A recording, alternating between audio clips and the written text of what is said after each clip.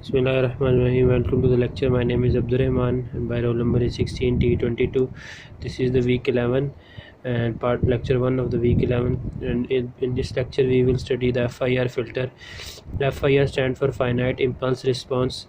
So let's start. Finite impulse response filter, we only depend our output only depends upon input, and it is a non-recursive, and in moving average filter reduces and omits high frequencies, but it doesn't specify which frequency to pass and which to reject. But in the case of FIR filter, we can specify that which frequency we want to pass and which frequency we want to reject. And its mathematical form is represented by y of n is equal to summation I 0 to k, and b of I is filter coefficient into x of n minus I. So by doing this we can obtain the weighted sum and assign values high, low and medium according to our requirement. By opening this summation we get y of n is equal to b0 b0 x of n plus b1 x n minus 1 plus b2 into x n minus 2 till bk x n minus k.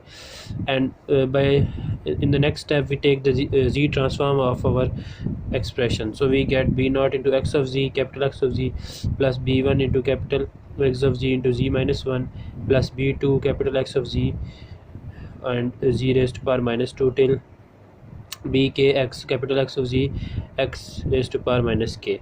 So by taking capital X of z common and shifting it to the other side, we get the response, that is response of filter h of z is equal to y of z over x of z, which is equal to b0 plus b1 into z1 raised to power minus 1 plus b2 into z raised to power minus 2 till bk z raised to power minus k. And in FIR filters, the number of poles are equal to the number of zeros, and all the poles in FIR filter lie in the at the origin of our axis.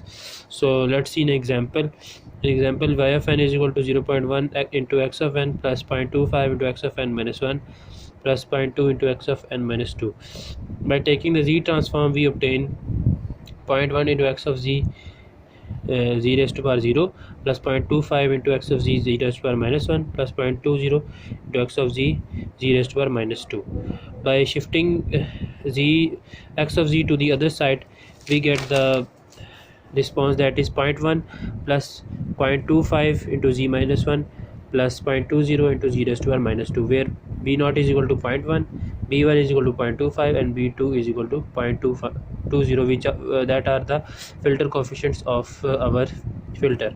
Moving on, we have the Fourier transform design. Firstly, low pass ideal design. That means that below the cutoff frequency our value is 1, and whenever we reach above our cutoff frequency, the value of the filter becomes 0.